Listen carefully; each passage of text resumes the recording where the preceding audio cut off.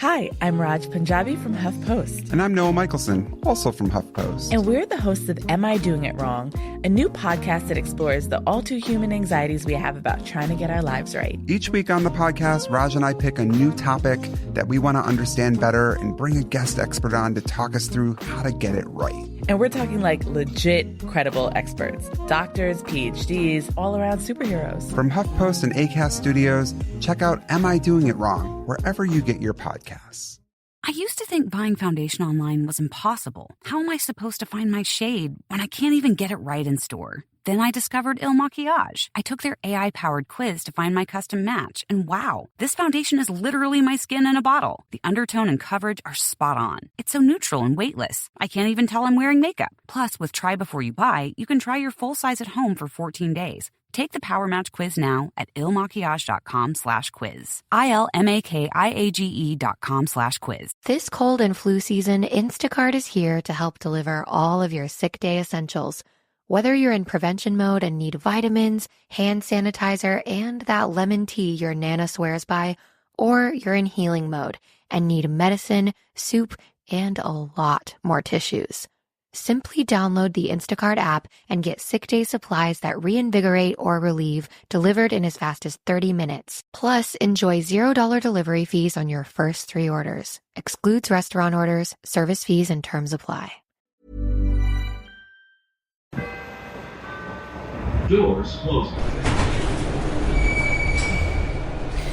Morning, Mason. Please tell me you got a seat open. Oh, geez, what happened this time? You are not going to believe this. Some drunk guy in a Sci-Fi's jersey has been following me around the platform, giving me a full-blown history lecture on the 1913 Chicago whales. Seriously, the Federal League? It's pretty niche for a drunken rant. Oh, it gets even better. According to him, the Federal League was way better than the American and National Leagues. Kept going on about how the whales were robbed of their rightful glory. I'm telling you, the Chicago Whales, they were the real deal. Federal League should have been the only league. Sounds like someone's ready to petition Major League Baseball for an expansion team. Please save me.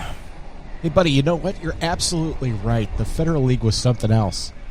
But I think you'd enjoy telling that story to the folks in the next car even more. I hear they're the real baseball fans over there. Yeah. They'll appreciate the truth. Thanks for that. I was about to get a full breakdown of the 1914 standings. What can I say? My hero instincts kicked in. Hey, everyone. Excuse me. Can I get your attention for just a second? Well, now we all know Harry. I feel like my life is complete. Only on the blue line. Definitely going to be one of those mornings.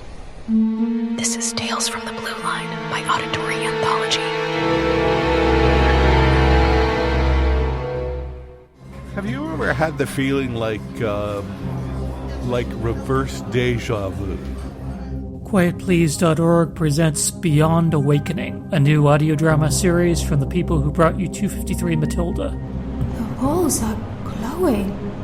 Those aren't walls. Those are servers. Citizen, this is Captain Hardcase of the Confederation ship Chimera. You don't need to thank the computer for killing us, sir. He told me that I'm not who I think I am. The hell are you talking about? Do you understand what's happening to you? Don't you feel the artificiality, the fakeness? You need time to process it and come to terms with it. Tell me when. Beyond Awakening. Listen now at quietplease.org/awakening and all major podcasting services. What are they waiting for? Renew your health and wellness purpose this new year with The Reset on Alo Moves, a curated weekly program of Pilates, strength, and step goals to kickstart your fitness journey. It's a 30-day week-by-week program, 3 days of Pilates, 2 days of strength, and 8,000 daily steps, plus bonus nutrition tips from Sakara. Plus, for only $99, you get a year's worth of access to Alo Moves, on-demand, full studio experience wherever you are. Get moving today at alomoves.com.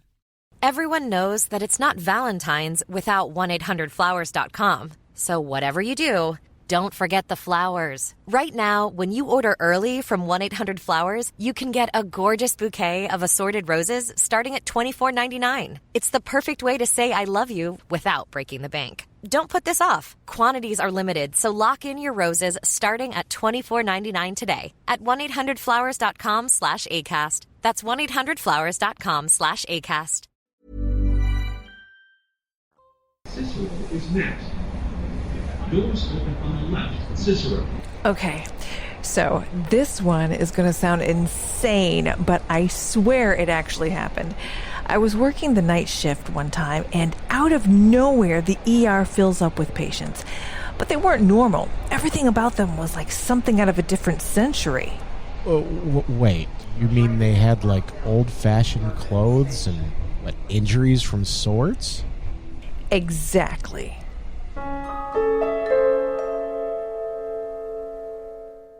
The fluorescent lights flickered overhead, casting a cold glow over the nearly empty ER.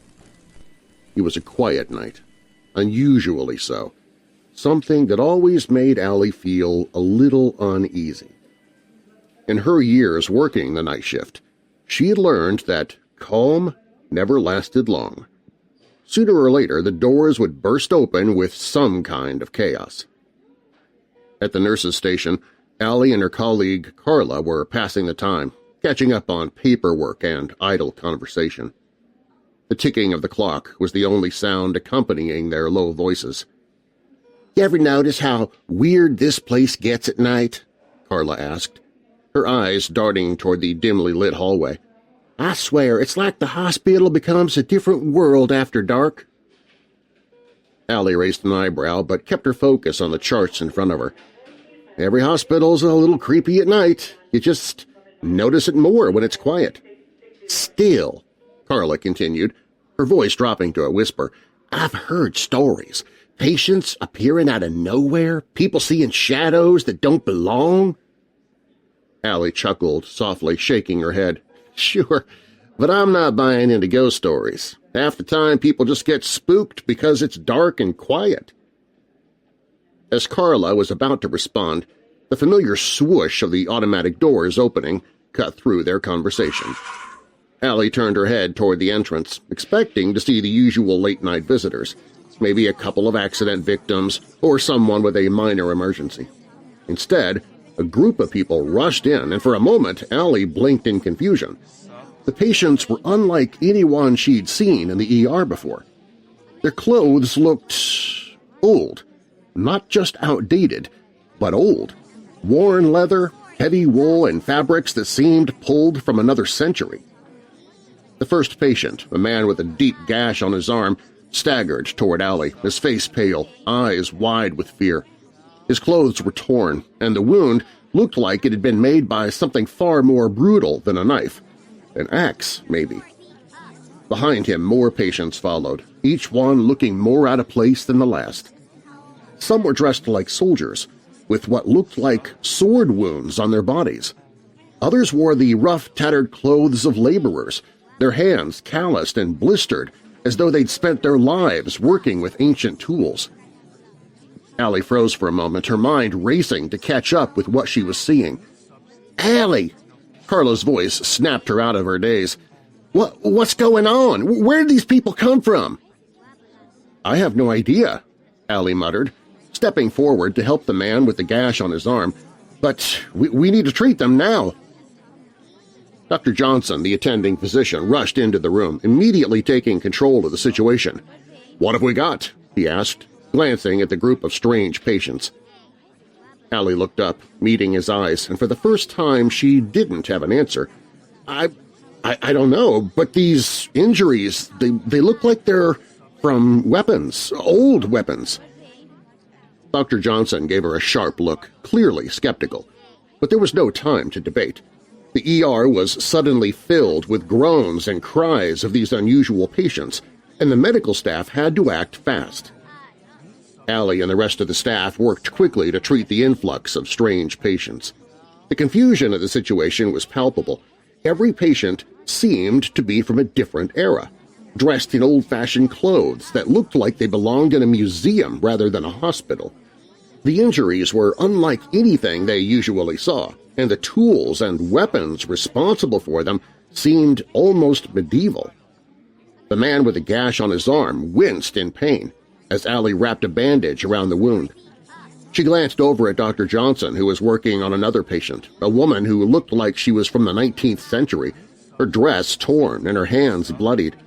Her injuries appeared to be caused by a farming tool, maybe a scythe or a sickle. "This is insane," Allie muttered to herself. She'd dealt with her fair share of bizarre cases over the years, but this was something else entirely. "What's happening?" Carla asked, wide-eyed as she handed over supplies.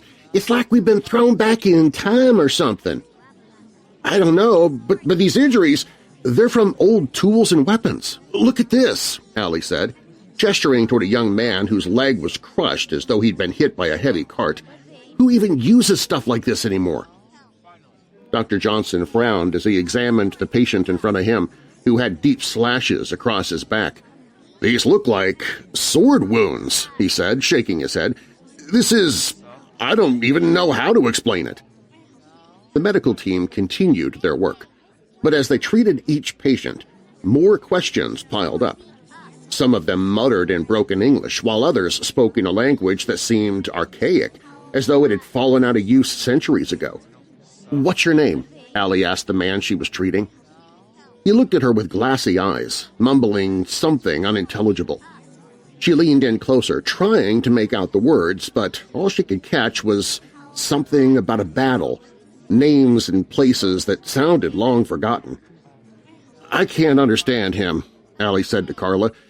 "It's like he's speaking in a mix of Old English and something else." Carla, whose hands were shaking slightly as she worked, glanced nervously at the patients around her. How did they even get here? And why do they all seem to come from different times? Allie couldn't answer that. The strangeness of the night was starting to gnaw at her. But they didn't have time to think about it. Patient after patient came through the doors, each one more bizarre than the last. Soldiers with wounds from battles long past, farmers with injuries from ancient tools, and women dressed in clothing straight out of old history books. The ER felt like a portal to another world, a place where time didn't make sense, and every patient brought a piece of the past with them. The chaos in the ER was overwhelming, and yet beneath the frantic pace, Allie sensed something else, a creeping unease, as if the air itself had changed. The patients were everywhere, groaning in pain, their injuries worsening as the staff worked to stabilize them. But something was wrong. Very wrong. Allie had just finished wrapping a crude bandage around the leg of a young boy, his clothes torn and dirty, as though he had crawled out of a battlefield, when she noticed a strange stillness. She turned around, scanning the room. One of the patients she had been tending to earlier, a man with a deep sword wound, was gone. "Where did he go?" Allie muttered under her breath, her heart racing. She scanned the room again, searching for any sign of him. But there was nothing. The bed was empty, the medical equipment still attached, as though the man had simply vanished into thin air. "Dr. Johnson?" Allie called, her voice tight with alarm. "One of the patients, he's gone!" Dr. Johnson glanced up from the other side of the room, his face tense with exhaustion. "What do you mean, gone?" "I mean, he was just here. I was treating him, and now he's disappeared." Before Dr. Johnson could respond, a crash came from the far corner of the ER. Carla had dropped a tray of instruments, her hands shaking as she stared at the empty bed in front of her. "Allie?" Carla stammered, her voice filled with panic. The woman I was treating, she's gone! Just vanished!" Allie's pulse quickened, her mind reeling. She turned toward the rows of patients lined up along the walls, but already she could see that more of them were missing. One by one the beds were emptying, and the sounds of groans and cries were fading into silence. "This can't be happening," Dr. Johnson said, running a hand through his hair as he moved quickly toward one of the beds. He stared at the empty space where a man with a severe head injury had been lying just moments before. "This isn't possible!" Allie checked the medical records, but the patient's files had vanished too. It was as if they had never been there at all.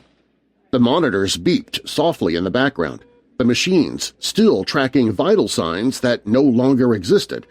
"They're all disappearing," Allie whispered, her breath catching in her throat. "But how? How is this even happening?" The staff moved frantically around the ER, but it was no use. Each time they turned away, another patient vanished until the once crowded room was nearly empty. The beds, the stretchers, even the equipment they had used to treat the patients, it all looked untouched, as though none of the strange events had occurred. Carla stood frozen, staring at the empty spaces where the patients had once been. "I told you something was wrong with them," she whispered, her voice trembling. "They weren't from here, Allie. They weren't from now." Dr. Johnson, still struggling to make sense of the situation, shook his head. "There's got to be a rational explanation for this. Exhaustion, maybe, a mass hallucination, something." But Allie knew it wasn't that simple. The patients had been real, their injuries had been real, and yet somehow they had all vanished, leaving no trace behind. It was as though time itself had swallowed them up, returning them to wherever or whenever they had come from. She glanced down at the floor, her eyes catching on something small and blood-stained. An old ragged bandage lay discarded beneath one of the beds. It was the only evidence that any of them had been there at all. The ER had gone quiet, unnervingly so. What had been chaos moments before was now a strange, eerie stillness. The beds that had been filled with patients were empty, the equipment silent. The only sound, the hum of the fluorescent lights overhead. Allie stood frozen, her eyes locked on the old blood-stained bandage at her feet. Carla was shaking, her hands clasped tightly together as though she was trying to hold on to something solid in the midst of the madness. "They're gone," she whispered, as if saying it aloud would make sense of it all. "All of them." Dr. Johnson paced back and forth, muttering under his breath. "This doesn't make any sense. It has to be stress, or maybe we're all overtired. Hallucinations, some kind of mass hysteria." "No," Allie cut in, her voice quiet but firm. "This wasn't a hallucination. They were here. We treated them. We saw the wounds. We tried to help them." She gestured toward the now empty ER, the once bustling space, now a hollow echo of itself. They were real. Dr. Johnson stopped pacing, looking at her with tired eyes. He was always the skeptic, the logical one, but even he couldn't deny that something inexplicable had happened. "So where are they now?" he asked, his voice low. Allie shook her head, glancing at the empty beds, the monitors still showing signs of life that no longer existed. "I don't know, but they didn't just disappear. They came from somewhere, and now they've gone back, wherever that is." Carla stepped forward, still trembling, her voice barely above a whisper. "They weren't from now. They weren't from here. I don't know how, but it's like they stepped out of a different century and into ours." Allie didn't respond. The thought had been nagging at her, too, but she couldn't wrap her mind around it. The clothes, the injuries, the strange dialects, it all pointed to something far beyond her understanding. Dr. Johnson rubbed the back of his neck, clearly struggling to find a rational explanation. "I just don't understand what happened. Maybe we're all just tired and seeing things." "Enough, Doc," Carla interrupted, her voice stronger now, her fear replaced with a kind of certainty.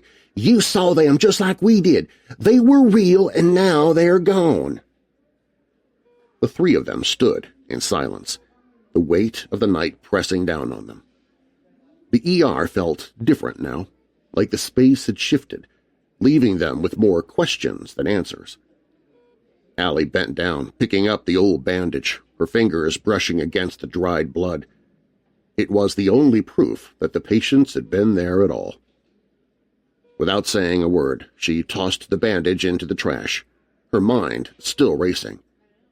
She didn't know what had just happened, or how, but she knew she'd never forget it. As she walked out of the ER, the hallway felt longer, the shadows stretching further than usual. She paused at the door, taking one last look back at the empty room, a part of her half expecting to see the strange patients return. But the ER remained still, silent, and as she stepped outside, the cold night air hit her, bringing her back to the present. The world outside seemed normal again. But Allie knew deep down that whatever had happened in the ER that night was far from normal. It was something that defied reason, something that had slipped through time and space, leaving its mark on her in a way she couldn't quite explain. As she made her way home, Allie couldn't shake the feeling that the past was closer than anyone realized, just waiting for the right moment to appear again.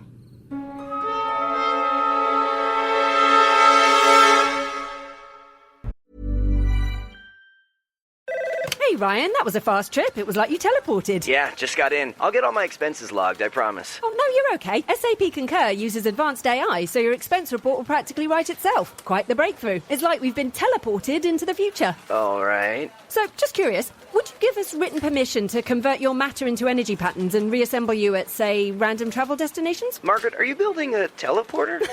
No.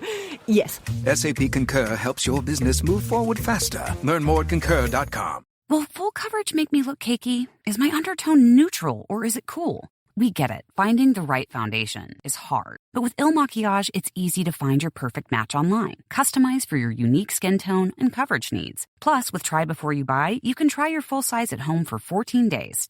With over 600,000 five-star reviews, this best-selling foundation is going viral for a reason. Take the Power Match quiz now at ilmaquillage.com/quiz. ILMAKIAGE.com/quiz. This is Illinois Medical District. This is a Blue Line train to downtown. Okay, I gotta ask, do you really believe that happened? Like, actually patients from another century showing up in your ER? Oh, it happened. We treated them, patched them up, and they just disappeared, Mason. Gone, right in front of us. So no chance you were just really tired and maybe, I don't know, imagining things? I'll admit, it was the end of a double shift. I was running on fumes by the time it all went down. And weren't you telling me there was a Renaissance fair in town around that time? Yeah, there was. And a comic book convention and a movie shoot, all happening within 5 blocks of the hospital. Oh, come on. So we're talking fully costumed knights, comic book heroes, and maybe a few extras from some historical dramas wandering around? It's possible. I'm not saying it wasn't a really weird coincidence, but the patients? They weren't just actors or cosplayers. Their injuries were real, and they looked ancient. So I stand by it. It happened. So maybe you were treating knights in shining armor from a Renaissance fair while they were time travelers from another planet? Listen, by that point, I didn't care where they came from. They could have been extras from a movie set for all I know, but I swear, Mason, something about that night wasn't normal. So maybe you were just treating knights in shining armor from a Renaissance fair while thinking they were time travelers from the past? Absolutely. You can believe whatever you want, but I'm telling you, it was the real deal. All right. You've convinced me. Sort of. You're sticking with the mysterious disappearing patients from another century. I don't envy you having to top that one. Fair enough. Just wait until tomorrow's story. Doors closing. Tales from the Blue Line by Auditory Anthology is written and produced by me, Keith Conrad. Your narrator is Darren Marlar. Be sure to check out Darren's award-winning paranormal podcast, Weird Darkness, available at WeirdDarkness.com and your podcast app of choice. Plus, there was a special guest appearance by Paul Neram from Beyond Awakening by quietplease.org.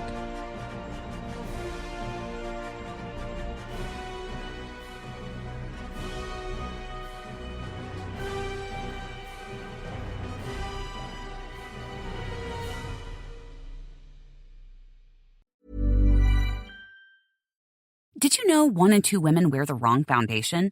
Matching foundation is hard, but Il Maquillage makes it easy. Take the Power Match quiz to find a perfect match in seconds, customized to your unique skin tone, undertone, and coverage needs. With 600,000 5-star reviews, Woke Up Like This is our best-selling foundation for a reason. Available in 50 shades of weightless natural coverage. And with Try Before You Buy, you can try your full size at home for 14 days. Just pay shipping. Take the quiz at ilmaquillage.com/quiz. That's ILMAKIAGE.com/quiz. Renew your health and wellness purpose this new year with The Reset on Alo Moves, a curated weekly program of Pilates, strength, and step goals to kickstart your fitness journey. It's a 30-day week-by-week program, 3 days of Pilates, 2 days of strength, and 8,000 daily steps, plus bonus nutrition tips from Sakara. Plus, for only $99, you get a year's worth of access to Alo Moves on-demand, full studio experience wherever you are. Get moving today at alomoves.com. Hi, I'm Raj Punjabi from HuffPost. And I'm Noah Michelson, also from HuffPost. And we're the hosts of Am I Doing It Wrong?, a new podcast that explores the all-too-human anxieties we have about trying to get our lives right. Each week on the podcast, Raj and I pick a new topic that we want to understand better and bring a guest expert on to talk us through how to get it right. And we're talking like legit, credible experts. Doctors, PhDs, all-around superheroes. From HuffPost and Acast Studios, check out Am I Doing It Wrong? Wherever you get your podcasts.